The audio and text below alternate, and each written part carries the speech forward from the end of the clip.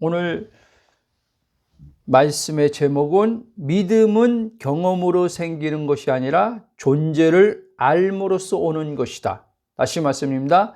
믿음은 경험으로 생기는 것이 아니라 존재를 알므로써 오는 것이다 라는 제목을 가지고 말씀을 전하겠습니다. 여러분들에게 제가 전하는 복음은 여러분들이 그리스도 안에서 발견되어짐으로써 그에 따라 내가 주체된 거짓자의 의식에서 그리스도의 의식으로 사도 바울이 갈라디아 2장 20절에서 말한 것처럼 내가 사는 것이 아니라 그리스도가 산다는 그 말씀입니다.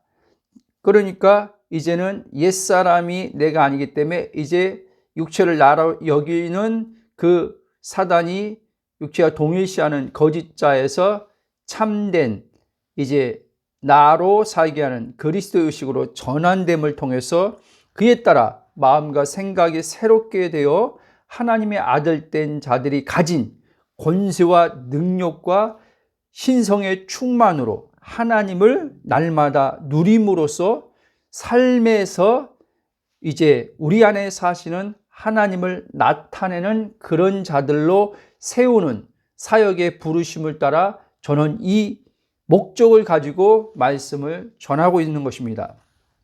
사도 바울이 빌립보서입니까? 거기 보면 각 사람들을 그리스도 안에서 발견되게 함으로 온전한 자로 세우는 사역의 부름을 받았다고 자신을 그렇게 말합니다. 물론 이방인들에게 복음을 전하는 것은 두말할 것이 없죠. 자, 오늘 말씀 본론으로 들어가서 오늘 말씀처럼 믿음은 들으면서 난다는 말씀을 하고 있습니다. 즉 믿음은 들으면서 난다는 말의 참된 뜻은 그리스도의 말씀, 즉 참된 복음을 들을 때 하나님의 은혜로 말미암아 성령님에 의해 나의 존재가 그리스도 안에서 발견되어짐으로써 그에 따라 믿음으로 믿게 된다는 말씀입니다. 신자가 예수님을 믿고 물과 성령으로 거듭난 하나님의 자녀가 되었음에도 불구하고 왜 하나님의 말씀을 믿는 것이 힘들고 어려운지 우리는 생각해 보아야 됩니다. 많은 신앙인들이 믿음에 있어서 생각하기를 어떤 기적이나 영적 체험들을 하면 믿음이 생기거나 믿음이 강해질 것이라고 생각해서 체험을 추구하면서 기도하고 체험을 얻고자 치유 집회나 영성 집회 하는 것들을 찾아다닙니다. 저 또한 예수 그리스도의 복음을 알기 전에 이렇게 계속 체험을 추구하고 기도하면서 체험을 얻고자 이곳저곳 찾아다닐 때가 있었습니다. 그러다가 예수 그리스도의 복음을 통해 그리스도 안에 나의 존재를 알고 나서부터 체험을 해야만 믿음이 생기는 것이 아니라 나의 존재를 알 때 그에 따라 믿음은 성령님으로부터 자연스럽게 나오는 것임을 깨닫게 되었습니다. 제가 지금 말씀드리는 것처럼 많은 이들이 믿음에 대해서 자기 자신에게 정의가 안 되어 있습니다. 지금 말씀한 것처럼 어떤 체험을 해야 된다. 그러면 믿음이 생긴다. 그러면 그 믿음이 강해져서 이제 모든 삶에서 일어나는 문제들을 이제 나는 그 모든 것들이 와도 나는 이제 거기에 흔들리지 않을 것이다. 그래서 거기에 연결해서 강한 믿음을 추구하고 강한 믿음을 갖고자 하는 것입니다. 제가 그랬던 것처럼 오늘 많은 사람들이 그렇다는 것입니다. 이 말에 대해 좀 더 자세하게 말해보자면 그러니까 이전의 나, 즉 거듭은 났습니다. 지금 전 거듭난 신자들을 얘기해서 말씀드리는 겁니다. 거듭은 났지만 거듭난 내가 누구인지를 몰랐기 때문에 나를 규정해주는 혼이 내 자신을 영이 아닌 육체와 동일시하다 보니 이 나는 체험을 해야만 믿음이 생길 것이다. 체험을 할 때 강한 믿음으로 이제 그 믿음으로 계속 하나님을 잘 믿게 될 것이다 라고 생각하면서 체험을 추구했다는 것입니다. 그런데 이 그리스도 안에서 발견되기 전에는 이것이 저에게 항상 그 하나님의 온전한 말씀으로 살기 위해서 믿음이 있어야 되는데, 그 믿음이 강한 믿음이 돼야 되는데 라고 이렇게 와 있었다는 것입니다. 그러니까 그것이 그리스도 안에서 발견되어지기 전까지는 그것이 바울이 말한 믿음이 아닌데, 바울이 말한 믿음이 아니란 말은 성경에서 하나님께서 우리에게 알려주신, 말씀하신 믿음이 아니었다는 것입니다. 그러니까 그리스도 안에서 나를 발견하지 못하면 나는 구원받고도, 하나님 자녀가 되고도 구원의 온전한 실질적인 삶을 살 수 없게 된다는 거예요.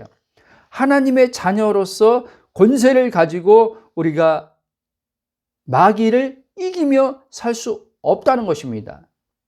마귀가 육체를 나로 여기며 속이는 것에 우리는 이끌리면서 계속 마음에 고통을 당하며 살 수 있다는 것입니다. 그러다 보니까 이렇게 살면서 이제 신앙생활 하는 가운데서 이제 마음이 괴롭고 무거울 때마다 항상 그 자아의식은 사건과 상황에 가서 저게 힘들고 저게 나를 지금 무겁게 하는 것이기 때문에 저것을 해결받아야 된다. 저걸 해결받으려면 믿음이 있어야 된다. 이렇게 연결을 해서 이제 믿음을 더 갖고자 하는 것입니다. 이해하셨습니까? 사실 거듭난 자는 하나님을 믿는 믿음을 이미 가지고 있습니다. 아멘? 믿음은 육에서 나지 않습니다. 믿음은 영에서 나는 것입니다. 그래서 믿음을 선물이라고 얘기하는 겁니다. 왜? 하나님께서 우리에게 주시기 때문에. 에베소 2장은 구원에 대해 얘기할 때 그렇게 말하지 않습니까? 너희가 하나님의 그 아들을 믿음을 통해서 구원 얻은 게 너희의 행위로 말미암지 않고 하나님의 은혜로 말미암아 주어져서 예수님을 믿음으로 구원 얻었다. 이렇게 얘기합니다. 그래서 믿음에 있어서는 자랑할 것이 없다. 아멘? 오늘날 그런데 보십시오. 믿음에 있어서 자랑이 됩니다. 교회 안에서 상대적으로 자신을 보면서 다른 어떠한 분들을 볼 때 저 사람은 믿음이 있는데 나는 믿음이 없는 것 같아. 말하는 거 보고 어떠한 문제가 있었을 때 그 문제를 이렇게 해서 해결받았다.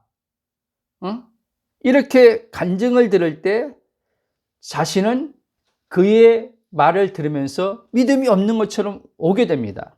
그래서 이들은 믿음이 없는 것에 대해서 낙심하고 실망할 뿐 아니라 믿음을 갖고자 하나님 앞에 믿음을 달라고 기도합니다. 그런 가운데서 아까 말씀한 것처럼 나도 저렇게 체험을 하면, 어떤 저런 역사를 보면 저분처럼 나도 믿음이 저렇게 생기고 믿음이 강해지겠지. 하나님을 이제 의심하지 않고 믿겠지 라고 생각합니다. 그런데 그 체험을 통해서 그 순간에 믿음을, 하나님을 확신했던, 하나님이 나와 함께 한다, 하나님은 나를 사랑한다, 하나님은 어떠한다는 그 확신을 가졌던 사람도 또 사건과 상황에서 이제 문제들을 만날 때 그 확신했던 것이 하나님이 자기와 변치 않고 함께 한다는 그게 흔들리기 시작합니다. 이해됩니까? 그게 바로 육신에서 자신을 보기 때문에 그런 거예요. 믿음을 육신과 연결해서 그 사람은 계속 생각하는 가운데서 단지 체험을 한 것뿐입니다. 그러다 보면 그 사람 또한 이제 처음 체험보다 더 강한 체험을 원합니다. 또 어떤 계시적 깨달음을 또 그것도 추구하는 거예요. 계시적 깨달음을 얻음을 통해서 하나님을 알려고 합니다. 여러분, 하나님을 아는 것이 중요하죠. 그러나 그가 계시적 체험을 통해서 깨달음을 통해서 하나님을 알려고 하는 것은 그의 자의식이 육체와 동일시하는 혼이기 때문에 결국 그 계시의 깨달음은 혼의 깨달음에 이제 지나지 않아요. 혼의 깨달음을 왔다가 멈춰버리는 거예요. 혼의 깨달음을 와서 그 계시의 깨달음이 그때는 혼에 굉장한 즐거움을 줍니다. 또 강한 어떠한 믿음의 확신을 줍니다. 그러나 그 혼이 자기가 영인 것을 알지 못하는 가운데서 그 계시적 깨달음을 체험했다 하지만 그것은 오래 못 갑니다. 제가 그랬던 거예요. 기도하는 가운데 여러분 성령의 계시적 깨달음을 얻지 않는 사람들이 어디 있겠습니까? 차이는 있지만, 정도의 차이는 있지만 누구든지 기도 좀 하고 그러고 말씀 이렇게 묵상하다 보면 성령의 계시적 깨달음이 그 말씀을 통해서 옵니다. 그때 오는 이 기쁨 이루 말할 수 없어요, 여러분. 그 감동 이루 말할 수 없어요. 뭐 사람마다 그 감각의 느낌이 느끼는 어떤 그 감정적 차이는 좀 다를 수 있겠지만 어찌든지. 자, 그래서 그리스도 안에 나의 존재를 알기 전까지는 저는 왜 이 믿음이 계속 흔들리지 않고 사건과 상황에서 계속 이 믿음이 계속 요동하고 이렇게 하는지 몰랐어요. 그때마다 문제는 믿음인데 아직 믿음이 약하구나. 많은 걸 체험했지만 아직 누구의 간증을 들을 때 나는 저 사람이 말하는 거기에 그 믿음에까지 도달하지 못했구나. 이런 생각을 하면서 그 믿음에 도달하기 위해서 체험을 추구했다는 말씀입니다. 여러분, 하나님께서는 예수님을 믿음으로 물과 성령으로 거듭난 자녀된 저와 여러분에게 그분이 말씀을 믿을 수 있는 믿음을 이미 주셨다는 걸 아시기 바랍니다. 금방 무슨 말 했어요? 제가 그분의 말씀을 믿을 수 있는 믿음을 이미 주셨다. 아멘? 그러니까 우리는 지금까지 과거의 저처럼 내가 말씀을 믿으려고 한 거예요. 그렇기 때문에 말씀이 잘 안 믿어졌었고 말씀을 믿는 게 힘들었던 거예요.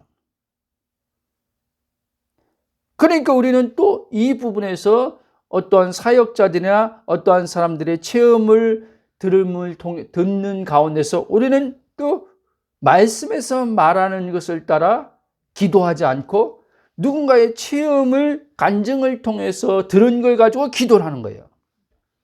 하나님, 저분처럼 저도 믿음을 주세요. 강한 믿음을 주세요. 큰 믿음을 주세요. 흔들리지 않는 믿음을 주세요. 이렇게 기도하는 거예요. 하나님 말씀에 대해서 확고하게 믿을 수 있는 믿음을 달라는 거예요. 흔들리지 않고, 의심하지 않고.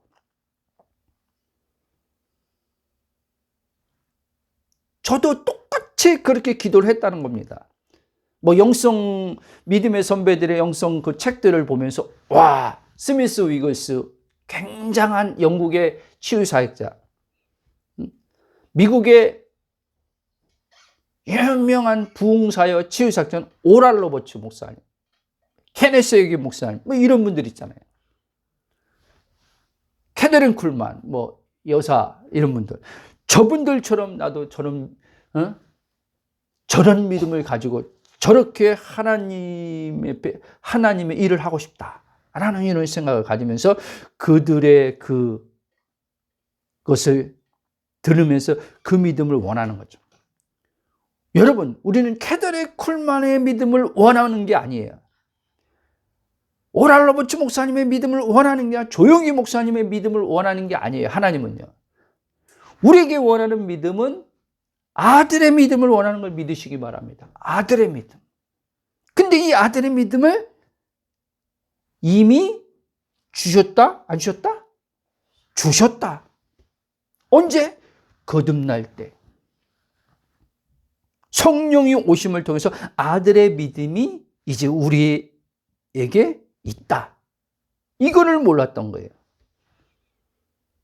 여러분, 이 믿음이 바로 사도 바울이 말한 금방 말씀드린 것처럼 아들 안에 있는 믿음인 예수님이 가진 믿음이에요.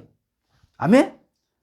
예수님이 말씀 육체로 오셨을 때 아버지로 살면서 아버지의 말씀을 믿었던 믿음이 우리 안에 동일하게 주어졌다. 아멘? 그래서 사도 바울은 베드로전서에 보면요, 동일한 믿음을 가진 자들이라고 해서 동일한 믿음. 우리는 사도 베드로보다 더 약한 믿음을 가진 게 아니에요. 우리는 사도 바울보다 더 약한 믿음을 가져서 하나님의 역사를 못 보는 게 아니란 말이에요. 우리는 그 믿음으로 살지 않고 내가 만들어낸 거짓자가 만들어낸 그 믿음으로 믿으려고 하기 때문에 그 믿음은 우리를 온전하게 세워주지 못한다는 걸 아시기 바랍니다. 그래서 그 대단했던 하나님의 사람들이라고 불리는 사람들도 영적 침체에 들어가는 겁니다, 여러분. 어느 때? 그렇게 믿음이 좀 이런 말 써서 그래요. 믿음이 충만하고 하나님에 대한 강력한 쓰임 받는 건데 확신을 가졌다가 어느 날 완전히 바닥을 치는 자신의 모습을 보고 거기서 또 자잘하고 그거를 극복하고자 또 굉장한 또 힘쓰고 애쓰는 그런 모습을 봅니다. 자, 계속 말씀을 전하겠습니다. 우리는 육신을 나로 여기는 혼으로 말씀을 믿으려고 애쓰거나 어떤 기적과 표적과 현상들을 체험하여만 믿음이 생기거나 강한 믿음을 갖는 것이 아니라 하나님께서 이미 주신 아들의 믿음으로 말씀이신 하나님의 말씀을 믿음으로써 그에 따른 체험을 얻는 것입니다. 내가 체험을 추구한다고 체험을 얻는 것이 아니라 믿음이 강해야 체험을 얻는 것이 아니라 내가 누구인지 알고 그에 따른 성령의 증언하시는 말씀을 가지고 믿을 때 체험은 말씀에서 오는 거란 말이에요. 아멘? 왜? 말씀이 그렇게 말씀하고 있기 때문에 하나님이 그렇게 약속하셨기 때문에. 아멘? 어떤 분들에겐 지금 저의 이 말이 어려운 분들도 계실 줄 압니다. 자, 계속 들어보십시오. 육체와 나와 동일시하여 사는 혼은 옛사람의 본성인 감각의 지배를 받고 살던 혼이기 때문에 언제나 항상 체험들 얻어야만 믿음이 생긴다고 생각해서 체험을 추구하면서 신앙생활을 한다는 말입니다. 그래서 바울은 거듭난 신자들에게 옛 구습을 벗어버리라고 말한 것입니다. 아멘? 에베소 4장 21절부터 24절까지 제가 읽겠습니다. 진리가 예수 안는 같이 너희가, 진리가 어디 있어요? 예수님 안에. 너희가 참으로 그에게서 듣고 또한 그 안에서 가르침을 받았을진데, 자, 진리 대신 예수님이 사도들에게 진리의 말씀을 전했고 그들은 진리의 말씀을 받고 진리의 성령이 그들에게 예수님이 한 진리가 어떤 것인지 정확히 이제 그들에게 계시로 알게 하심을 통해서 그 진리가 그들에게 살아있는 생명의 말씀이 된 거예요. 사도 바울도 똑같이 그들이 이제 진리를 전한 거죠. 바울이 그 말하는 거예요. 그 안에서 가르침을 받았을진데, 그 가르침 받은 그들이 살아있는 진리를 자신들 안에 살아있는 진리로서 지금 역사하는 말씀을 가리켰다는 거예요. 그걸 요한복음 6장 63절에서는 내가 너에게 이른 말이 영이요 생명이니 살리는 것은 영이요 육은 무익하니라. 그 말씀이에요. 살리는 진리. 아멘? 고치는 진리. 세우는 진리를 전한 거예요. 자, 22절 말씀 읽겠습니다. 너희는 유혹의 욕심을 따라 썩어져가는 구습을 따르는 옛사람을 벗어버리고 오직 너희의 심령이 새롭게 되어 하나님을 따라 의와 진리의 거룩함으로 지으심을 받은 새 사람을 입으라. 이렇게 말합니다. 그런데 우리가 한번 생각해 봅시다. 옛사람이 죽고 새 사람이 되었는데 왜 바울은 지금 신자들에게 에베소 지금 교회 지금 신자들에게 말하는 거예요. 옛사람을 벗어버리고 새 사람 입으라고 말했을까요? 그 이유는 예수님의 죽음과 부활 안에서 옛사람이 죽고 새 사람이 되었지만, 그래서 하나님의 자녀, 신자가 되었지만, 그리스도인 되었지만 옛사람일 때 살았던 사망의 몸을 여전히 그대로 가지고 있기 때문에 그렇게 말한 겁니다. 육신 안에 정욕이 있습니다. 육신 안에 여전히 죄가 지금 있습니다. 그렇기 때문에 사도 바울은 옛사람이란 존재, 제 지배 속에 있는 사단의 종된 옛사람은 죽었지만 사단이 이용할 수 있는 사망의 몸은 여전히 입고 있다, 이 얘기하는 거예요. 그러므로 옛사람을 벗어버리란 말은 육신을 나로 여기며 살던 혼을 향해, 나란 자의식의 혼을 향해 이제 너는 거듭난 지금 나에게 얘기하는 거예요. 새 사람이 되었으니 이전에 육신에 속한 것을 너로 여기지 말고 새로운 존재로 너를 보는 인식을 가짐으로 낡은 틀 안에서 갇혀서 생각하는 옛 습관을부터 벗어나라는 말을 하는 거예요. 아멘? 그래서 어디 성경 번역본은 옛 습관, 옛 구습이 옛 습관을 얘기하는 거예요. 옛 습관을 벗어버리라, 이렇게 나옵니다. 그러므로 거듭난 영인 나는 그리스도와 이미 합하여 한 영이 되어 살아계신 하나님과 하나된 존재로 있는 것을 암과 동시에 하나님의 말씀을 믿는 믿음으로 사는 자로 나를 창조하셨다는 것을 알고, 이게 새로운 피조물이에요. 알고 이에 따른 믿음으로 삶으로써 마음과 몸의 차원의 삶에서 하나님의 성품과 능력을 경험하며 살아가는 내가 된다는 거예요. 아멘? 그러니까 전에도 제가 그 설교한 제목 가운데 추구에 대한 얘기를 했을 거예요. 여러분, 추구가 계속 일어나는 것은 그걸 좋은 어떤 의미에서 갈망이라고 하는데, 추구는요, 지금요, 뭔가를 지금 내가 그것을 현재 가지고 있지 않다는 거예요. 지금 부족하다는 거예요. 결핍이라는 거예요. 그래서 추구를 하는 거예요. 여러분, 그리스도는 내가 영인 것을 알지만 영은 하나님의 그 충만함 안에 있는 동일한 그 충만함으로 있는 나예요. 그러나 현상적으로는 목마름을 느낄 수 있단 말이에요. 현상적으로는. 계속 제가 말씀하는 거예요. 현상과 실제를 구분하지 못하는 혼은 자꾸 현상을 따라서 기도를 한다는 거예요. 이해돼요? 실제를 따라서 기도해야 되는데 실제가 아닌 현상을 따라서 기도하니까, 현상을 따라 기도하다가 뭔가 성령의 어떤 부어짐, 만짐을 통해서 충만을 경험했어. 그러면 이 사람이 자기가 기도함으로써 이제 그게 채워졌다고 생각할 거 아니에요. 채워졌다고 생각하는 그 의식에서는 또 결핍이 또 옵니다. 이해됩니까? 또 충만이 사라지는 그게 옵니다.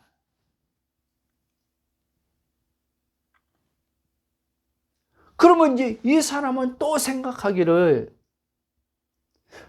충만을 경험했기 때문에 지금 그 충만이 이제는 아니야. 경험을 했는데 지금 상태가 충만이 아니야. 이 사람은 그 상태와 실제를 구분 못하고 상태를 보는 거예요. 그러니까 실제를 자꾸 놓치는 거예요. 실제를. 와 있는 실제를 실상으로 보는 믿음으로 나가지 못하는 거예요. 이해됩니까? 그러니까 이 사람의 의식은 경험하는 몸의 실체에 가 있는 거예요. 실체에서 실상이 만들어지고 실상이 만들어짐 안에서 실제, 몸으로 환경으로 드러나는 게 실제거든요. 그게 체험이란 말이에요. 그게 체험. 근데 이 사람의 의식은 실제 의식, 그리스도 의식이 아니니까 하나님과 하나된, 충만히 하나님 하나된 실제 아니단 말이에요. 실체에 가 있는 의식 안에서 실체를 보기를 원함으로써 추구하며 기도하는 겁니다. 아멘. 바울은 이렇게 말합니다. 고린도후서 5장 7절에서 세 번역으로 말씀드리겠습니다. 우리는 믿음으로 살아가지. 거듭난 신자는 믿음으로 살아간다는 거예요. 보는 것으로 살아가지 아니합니다. 이렇게 말합니다.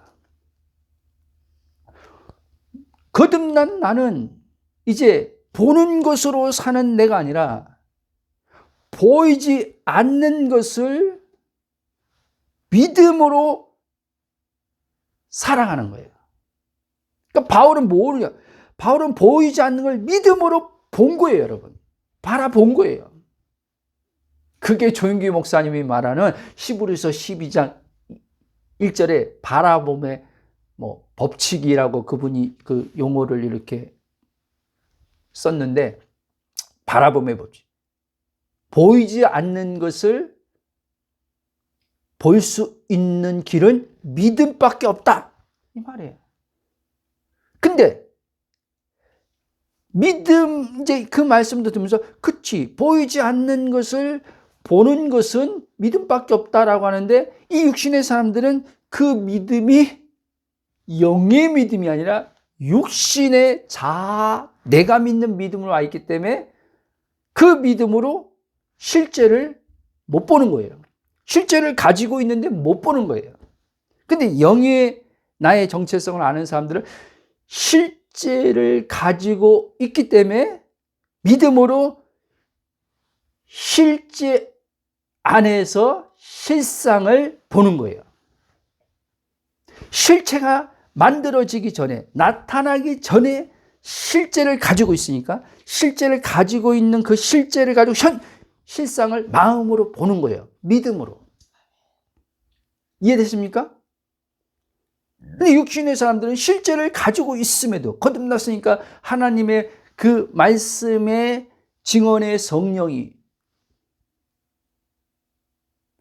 말씀을 가지고 있는데도 말씀의 실제, 하나님 말씀의 실제를 가지고 있는데 말씀의 실제를 의식이 안 되니까, 있음의 하나님, 말씀의 하나님 있음의 의식이 안 되고 육신이 리얼 현실 실제로 와 있으니까 생각은 계속 보이는 실제 안에서 계속 생각이 일어나는 거예요. 그러니까 기도응답을 받아도 그렇고 뭐 해도 그렇고 왜 안 나타나지? 하나님이 응답했는데, 아이를 준다고 응답했는데, 재정을 준다고 응답했는데, 나는 말씀을 믿는데 왜 여전히 환경은 이렇지? 안 바뀌지? 이렇게 계속 생각하고 그에 따른 생각으로 말을 합니다. 그 생각과 그 말이 하나님의 실제가 실상 안에서 실체로 풀어져 나오는 걸 다 틀어막는 겁니다. 아멘? 성경은 그 얘기를 하는 거예요. 성경은. 그의 잘못된 생각이, 그의 잘못된 말이 하나님의 역사를 다 틀어막고 있다.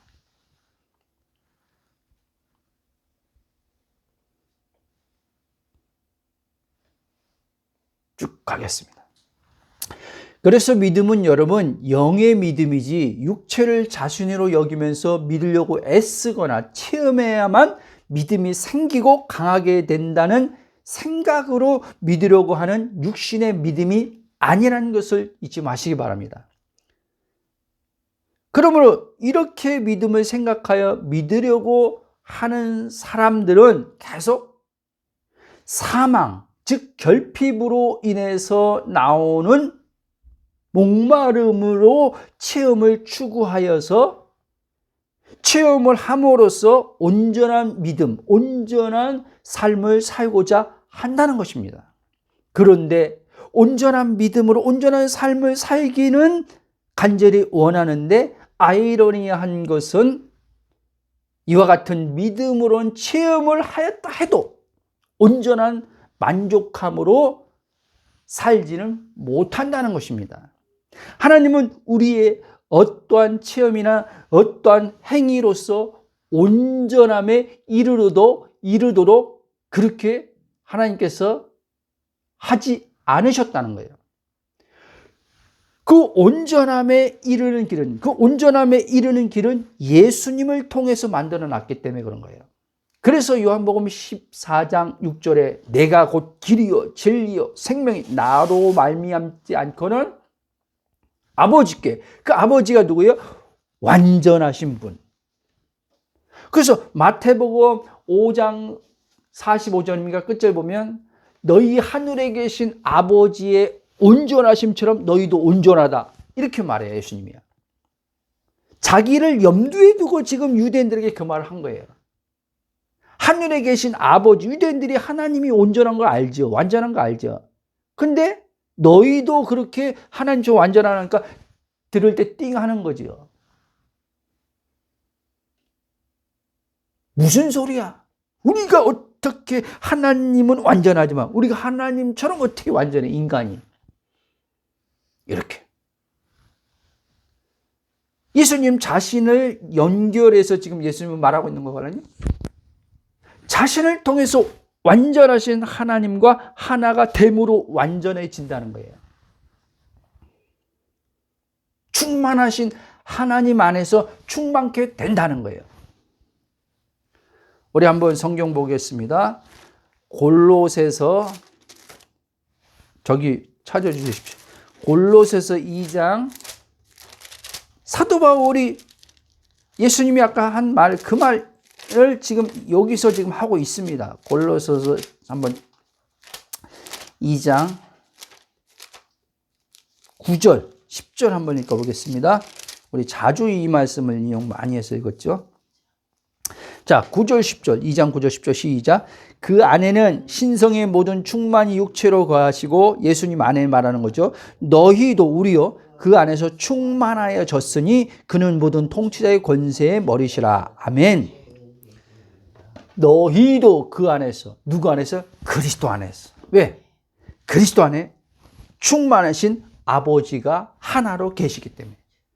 예수 안에서 이제 하나 된 나, 그 나는 충만하신 아버지와 하나 됨으로 이제 나는 충만한 온전한 자가 되었다는 겁니다. 그러나 우리는 육체의 몸을 아직 입고 있기 때문에 육체의 감각이 자꾸 작용함을 통해서 우리는 결핍과 같은 목마름과 같은 부족함과 같은 그거를 우리는 자꾸 느끼는 겁니다. 그러니까 새로운 피조물 된 내가 누구인지 모르는 혼은 여전히 감각에, 육신의 감각에 따라서 거기에 묶여서 계속 하나님 앞에 잘못된 말을 올리는 거죠. 잘못된 기도를 올리는 거죠. 그게 잘못된 기도인지를 몰랐던 거예요. 저는 27년 동안요. 체험을 했지만. 여러분, 영의 정체성을 몰라도 체험을 할 수 있다니까요. 그러나 예수님이 말한 무거움 없는 삶, 요한복음에서 말한 목마름 없는 삶, 이건 못 살아요, 여러분. 자유한 삶, 죄책감, 죄의식, 정죄감 없는 삶을 못 산다니까요. 체험했을 때만 가벼워질 뿐이지. 그때 순간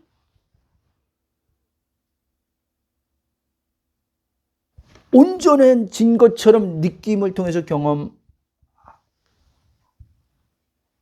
것 뿐이지. 그리고 사라지는 거죠. 왜? 현상이기 때문에. 여러분, 체험이 현상입니까? 아닙니까? 체험 현상이에요, 여러분. 그러나 실제는 현상입니까? 아닙니까? 실제는 현상이 아니에요. 실제는 영원한 거예요. 그래서 베드로는 이렇게 말합니다. 보이는 모든 하나님이 지으신 세계, 물질의 세계는 사라지나 하나님 말씀은 영원하다 그러는 거예요. 히브리서 13장에 이렇게 말합니다. 예수 그리스도는, 말씀이신 예수 그리스도는 실제와 하나 되게 하시는 그 말씀이신 그리스도는 어제나 오늘이나 영원토록 동일하다. 이 말이 성령으로 들려주기를 축복합니다.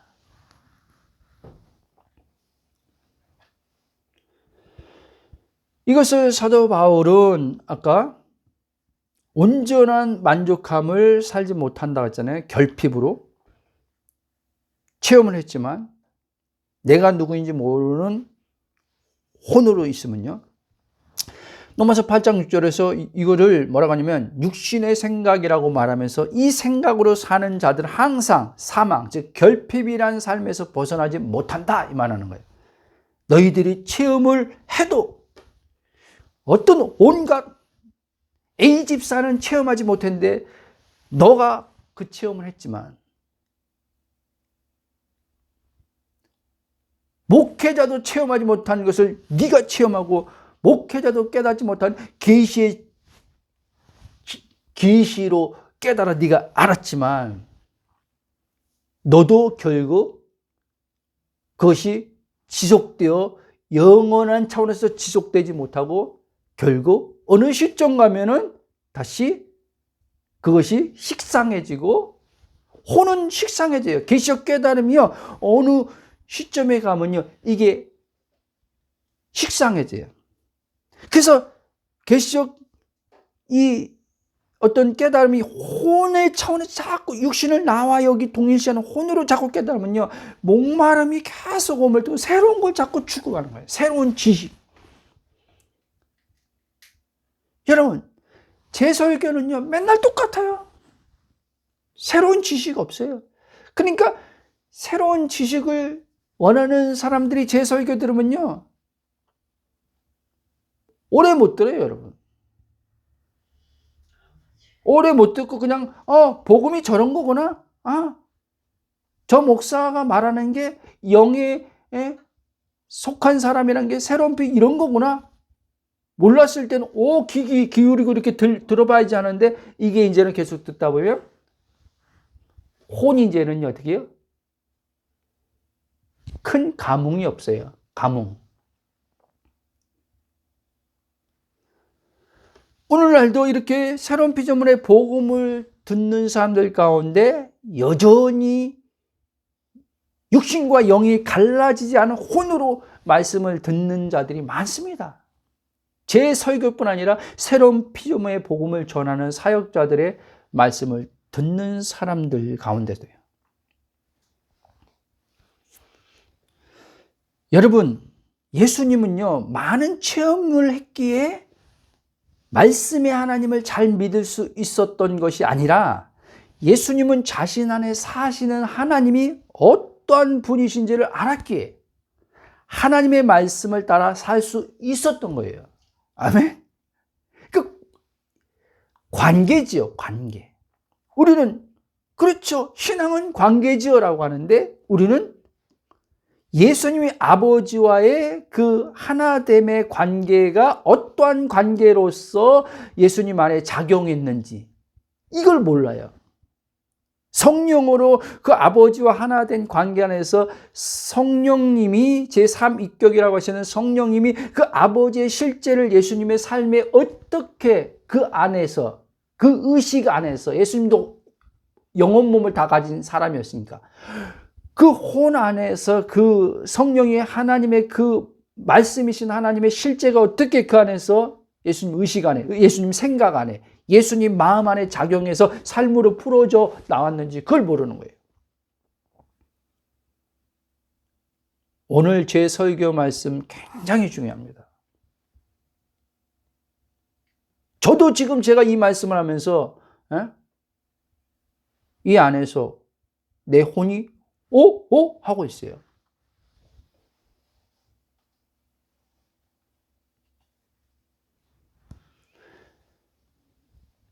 자, 쭉 가겠습니다. 예수님은 하나님이 자신과 하나 되어 사시는 분으로 알고 사셨단 말이에요.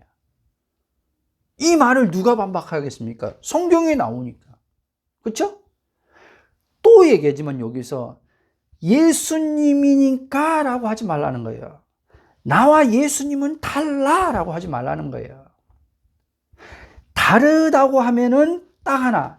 예수님은 성령으로 태어나셨고 그래서 예수님은 몸에 죄가 없었고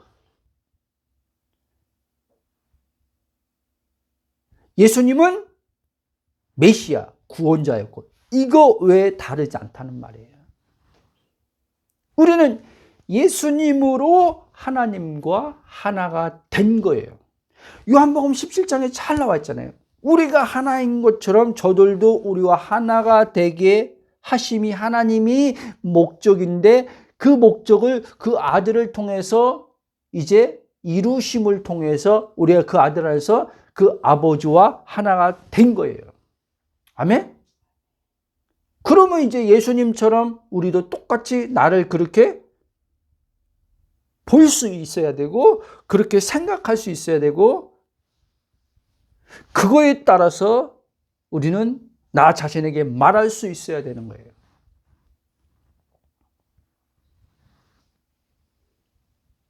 그럴 때 예수님과 같은 삶을 사는 거예요. 예수님을 닮는 삶이 아니라 예수님이 살았던 삶을 이제 우리도 사는 거예요. 내가 사는 게 아니라 그분이 예수님이 자기가 살았다고 안 했잖아요. 내 안에 아버지로 말미암아 살았다고 했잖아요. 똑같은 거예요. 내가 사는 게 아니라 내 안에 와 계신 그리스도의 영으로 성령으로 우리는 그렇게 사는 거예요.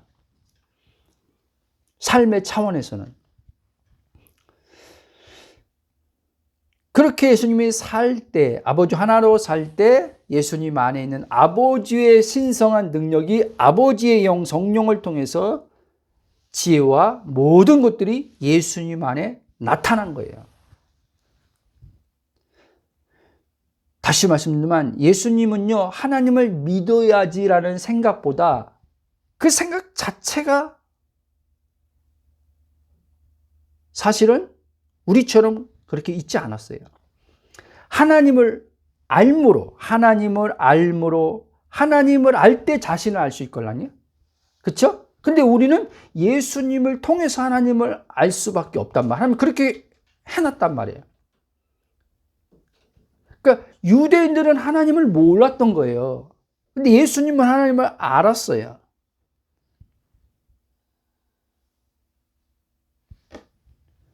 여러분, 하나님을 안다는 게 뭡니까? 단순히 유대인들처럼 조상들이 알려준 어떠한 지식적 정보를 통해서 하나님은 그런 하나님이야. 우리는 그래서 모세가 알려준 하나님을 믿어.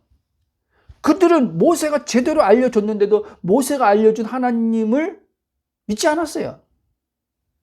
예레미야가 알려준 하나님을 믿지 않았어요. 다니엘이 알려준 하나님을 믿지 않았어요.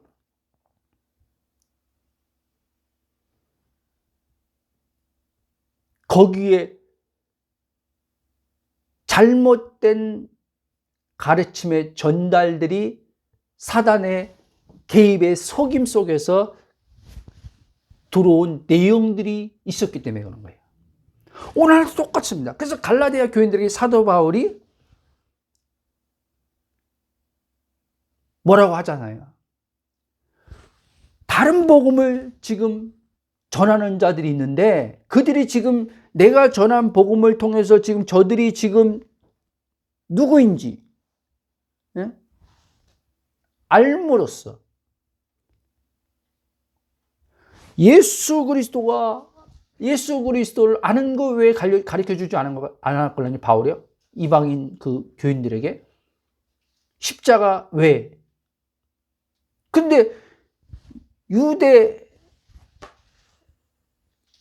기독교인 가운데서 여전히 율법 과거의 그 언약 안에 언약을 가지고 있는 가운데서 혼합해서 가리키는 것을 바울은 다른 복음이라고 얘기한 거예요. 오늘 또 똑같아요. 지금 강단에서 하나님 말씀이라고 전하는데 다른 하나님의 말씀, 성경에 있는 왜곡된 해석을 짬뽕시켜서 전합니다. 그래서 그들이 그리스도 안에서 발견되는 것을 막아버립니다. 그렇게 전하는 분들도 사단에 속임당했는데 속임당한 걸 모르는 거죠. 과거의 저처럼.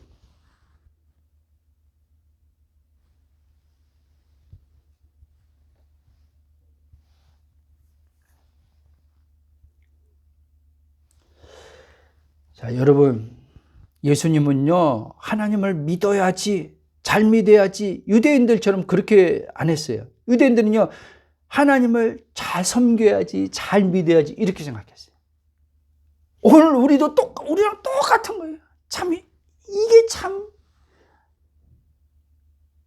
희한하지 않습니까? 유대인들은 예수님 몰랐다고 칩시다. 안 믿었잖아요.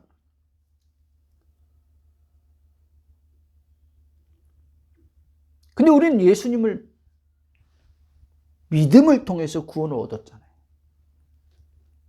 근데도 여전히 우리는 그 당시 유대인들처럼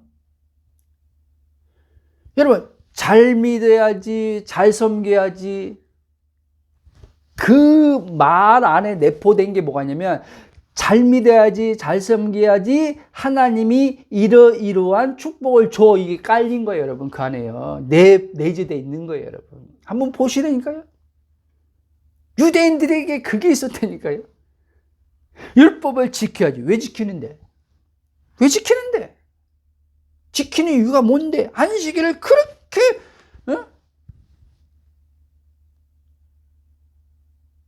무거움에도 불구하고 지키는 이유가 뭔데? 그걸 돌아보지 않고 하나님이 지키라고 했잖아. 이렇게 나오는 거야. 그들은요. 하나님이 보낸 사람이라며 근데 왜 넌 안식일 안 지켜? 너 따라다니는 제자들이 지금 그전에는 안식을 그들도 유대인이잖아요. 그들도 안식일 잘 지켰는데 네가 왜 어떻게 미혹해서 얘네들이 안식일을 범하게 해? 이런 식으로 나오는 거죠. 그러니까 그들이 볼 땐 하나님이 보낸 분, 하나님의 말씀을 전한다고 하지만 그들에게는 하나님이 보낸 사람이 아니죠. 미혹하는 자죠. 예수님 그 당시에 그들이 볼 때는. 오늘날도 그래요. 오늘날 복음을 전하는 사역자들이 뭐 정통이라고 말하면서 하는 분들이 볼 때는 저거 미혹하는 사람들 이렇게 할 수도 있어요.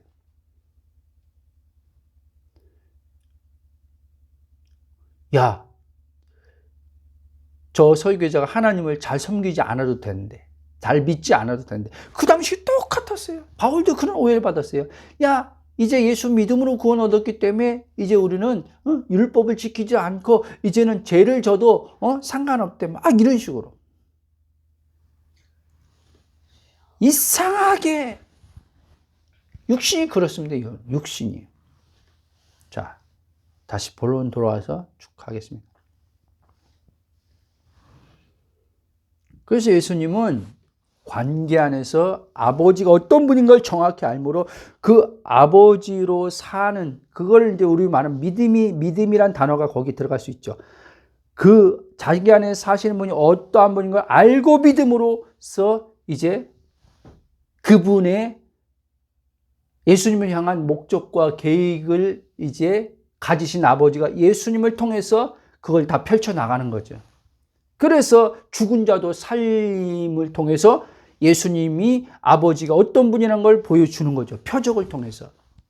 단순히 그냥 불쌍하니까 고쳐준 게 아니라 예수님이 고쳐준 그 기적이라는 것들은 그 표적에 사인들이 있었던 거예요. 그 안에. 사인. 아무 의미 없는 그냥 병 고침이고 죽은 자 살리는 그런 초자연적 기적이 아니란 말이에요.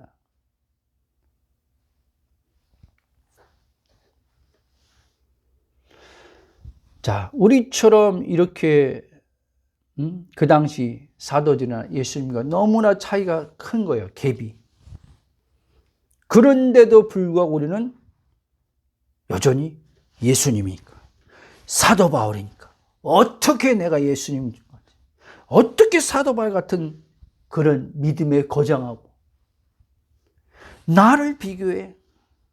그 정도까지는 안 가지만 그래도 사도 바울의 반만한 믿음만 있어도 이렇게 가는 거죠. 과거에 제가 그랬어요. 아니요. 예수님이 아버지를 아는 것과 알므로써 가졌던 믿음이 저와 여러분에게도 이제 예수님을 통해서 성령님으로 말미암아 우리에게 이제 동일한 그 암과 예수님이 아버지를 아는 것처럼 우린 예수님을 통해서 아버지를 암과 예수님이 아버지를 알므로 믿은 것처럼 우린 예수님을 통해서 이제 성령으로 예수님을 통해서 암과 성령을 통해서 그 예수 안에 있는 아버지와 하나됨 안에서 오는 것을 통해서 그 성령의 증언의 말씀을 들음으로 받음을 통해서 믿음이 나온다는 겁니다. 아멘.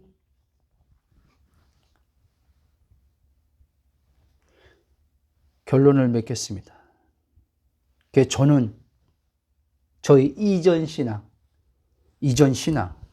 그리스도의 복음을 알기 전에 이전 신앙이 지금 돌아보면 알미 없었는데 나는 성경 그냥 조금 아는 거 가지고 나는 안다. 나는 기도하니까 몇 시간씩 기도 뭐 하니까 체험하니까 나는 믿음이 있다. 그렇게 착각했던 거죠. 그 지속된 건 아니지만. 그래서 저는 저희 이전 신앙이 알미 없이 믿으려고 했었던 거예요. 알미 없이. 그래서 저에겐 체험이 그렇게 중요했던 거예요. 체험이. 체험을 통해야지만 믿음이 강해진다. 하나님이 기뻐하시는 믿음이 된다라고 생각한 거예요. 그 믿음이 있어야지만 하나님 말씀대로 살 수 있다. 이렇게 생각한 거예요. 그 믿음이 있어야지만 하나님 앞에 사용될 수 있다라고 생각해서 그 체험을 그렇게 추구한 거예요. 목마름을 가지고. 그래서 기도도 하지만 어디 성령의 강력한 역사가 나타난다고 하는 곳에 영성 사역하는 곳에 막 온갖 다 기도원으로 찾아다니고 지방으로도 가고 어디 교회 집회하는데 막 또 외국 목사님들 오면은 그 집회 막 여기 갔다가 저기 갔다 계속 찾아다니는 거예요. 그 집회 현장에서는 뭔가 딱 기름 붐이 흐르는 것처럼 뭔가 이렇게 내 안에서 현상으로 올 때, 와, 믿어지고, 확신이 오고, 막 활기가 넘치고, 그리고 이제 집으로 돌아와요. 그게 이틀 갈 때도 있고, 일주일 갈 때도 있고, 그게 사람마다 다르겠지만, 한 달 이상은 가본 적은 없는 것 같아요.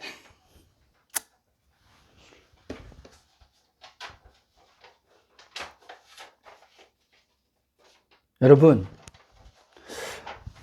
하나님의 말씀대로 사는 것도 그렇고, 하나님 말씀도 믿는 것이, 하나님 말씀을 믿는 것이 힘들고 잘 믿어지지 않아서 그것 때문에 답답하고 괴롭고 그런 이유는 다른 데 있지 않다는 것을 깨닫기 바랍니다.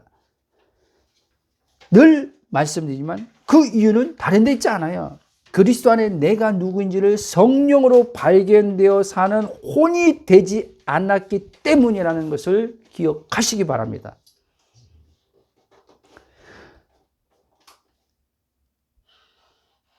제발 여러분, 거듭나지 않았나라고 의심하지 마시라니까요. 어떤 사람은 내가 거듭나지 않았나 이렇게 그것 때문에 힘들어하는 사람도 있어요. 거듭났다면은, 왜냐, 어떤 설교자들도 그렇게 설교합니다. 거듭난 사람은, 이러이러해. 믿음에서도 이러이러해. 삶에서도 이러이러하니까 그 말을 듣고 자기의 상태를 가지고, 상태예요, 여러분. 현상도 상태, 그 순간의 현상 상태인데, 그 순간에 그 시점에 현상된 상태를 가지고 보니까 그 말씀하고 안 맞아. 그러니까 나 거듭나지 않았나 봐. 이렇게 하는 거예요. 이해됩니까? 그 시점의 상태. 그 시점의 상태가 그 거듭나면 거듭난 사람 이러이러다 한 그 사역자의 그 말과 매치가 안 돼. 그런 가운데 어느 날 보니까 그 사역자가 말한 그 말과 자기 지금 그 시점의 상태에 어떤 것들이 매치가 돼. 그러니까 어떤 사람은 나 이제 거듭났나 보다. 이렇게. 그러다가 또 어느 시점 가면 또 내가 그때 거듭났다고 생각한 게 착각이었나 보다. 또 이렇게 빠지기도 하고. 이해됩니까? 그러니 여러분, 어떻게 온전한 믿음으로, 영의 그 실제 완전한 믿음이 내 혼의 온전한 믿음으로 세워져 갈 수 있겠습니까? 세워져 갈 수가 없잖아요. 영의 온전한 그 믿음과 이제 그 내 혼의 인식과 그 마음 안에서 일치되는 것은 이제 계속 시간 안에서 성령이, 그게 성화적 구원이에요. 세워져 가는 데 있어서 이제 일치시켜서 이제 가면서 계속 아들의 장성한 분야까지 자라가야 되는데 이게 안 되는 거예요, 여러분. 다시 이걸 정리하고 끝내겠습니다.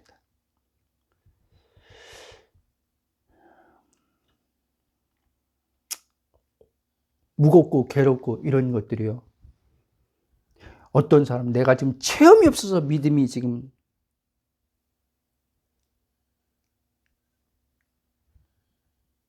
없다. 체험이 없어서 믿음이 강하지 않기 때문에 자꾸 이렇게 환경과 상황이 흔들린다라고 생각할 수 있는데 그게 아니라는 거예요. 그리스도 안에서 내가 누구인지를 참된 복음을 듣는 가운데서 나란 제 혼에게 계속 계시의 빛이 비춰짐 안에서 깨어나는 혼으로서 발견되어짐 속에서 이 혼돈과 이 모든 것에서 벗어나는 그렇게 되는 건데, 참된 복음에서 벗어나서 그리스도의 안의 정체성의 복음의 말씀에 벗어난 다른 복음을 듣는 가운데서 신앙생활하기 때문에 그렇다는 거예요.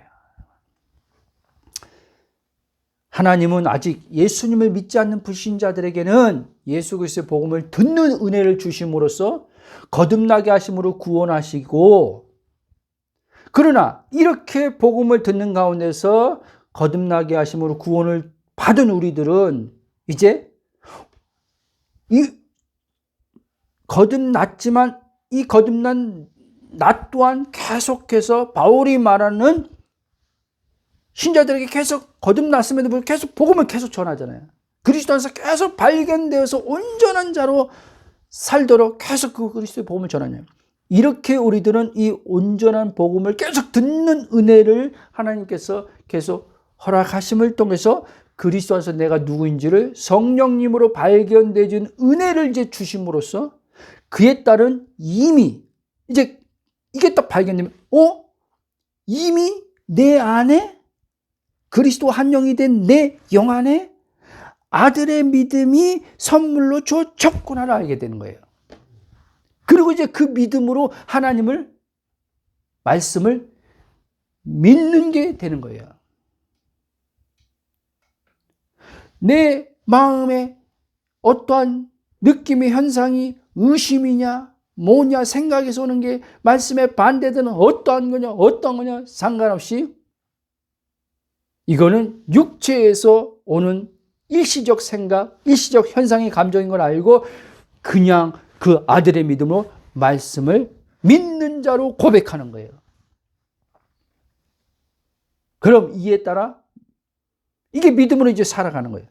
이에 따른 믿음으로 살게 될 때 말씀이 말하는 하나님이 약속한 것들을 이제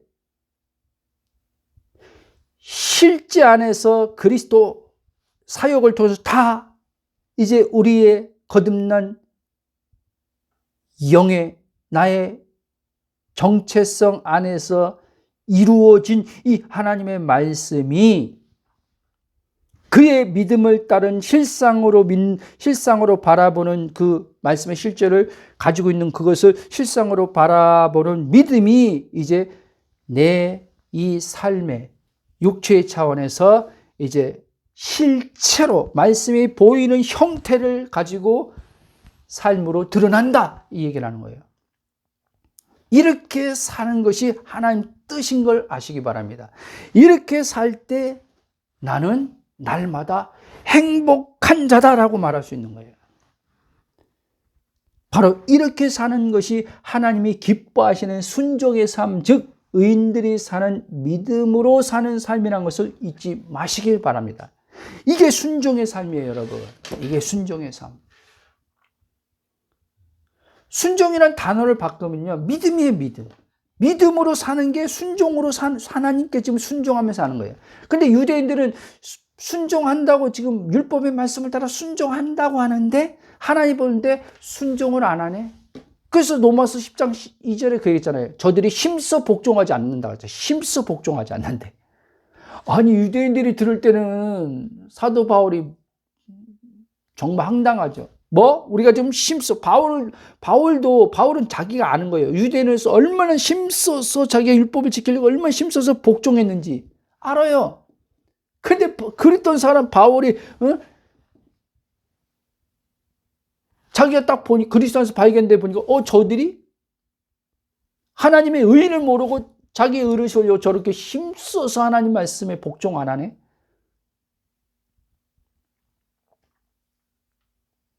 그 말을 하는 거예요. 순종 안 한다는 얘기하는 거죠. 순종 안 하니?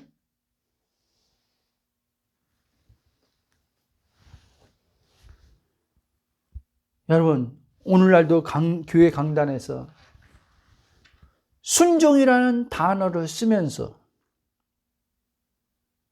많은 사람들을 자유를 빼앗는 게 얼마나 많은지 몰라요. 그래서 갈라디 5장에서 그 얘기하는 거예요. 이 구절만 보고 마치겠습니다.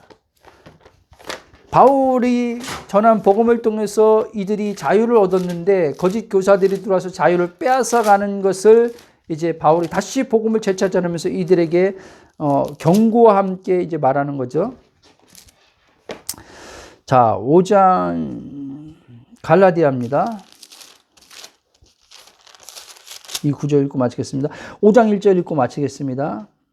자, 5장 1절 같이 읽겠습니다. 갈라디아 5장 1절.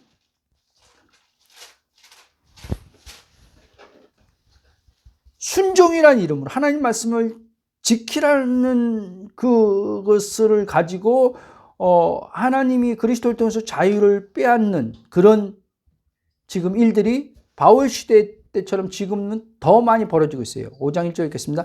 그리스도께서 우리를 자유롭게 하려고 자유를 주셨으니 그러므로 굳건하게 서서 다시는 종의 멍에를 매지 말라. 뭐에 굳건하게 쓰란 말이에요? 바울이 전한 이 복음에 다시 너희들이 돌이켜서 정상적인 그 위치, 자리, 그리스도 안으로 들어와서 굳게 숨을 통해서 이제 너희들인 준 자유를 거짓 속임으로 인해서 빼앗기지 말라는 거예요. 아멘.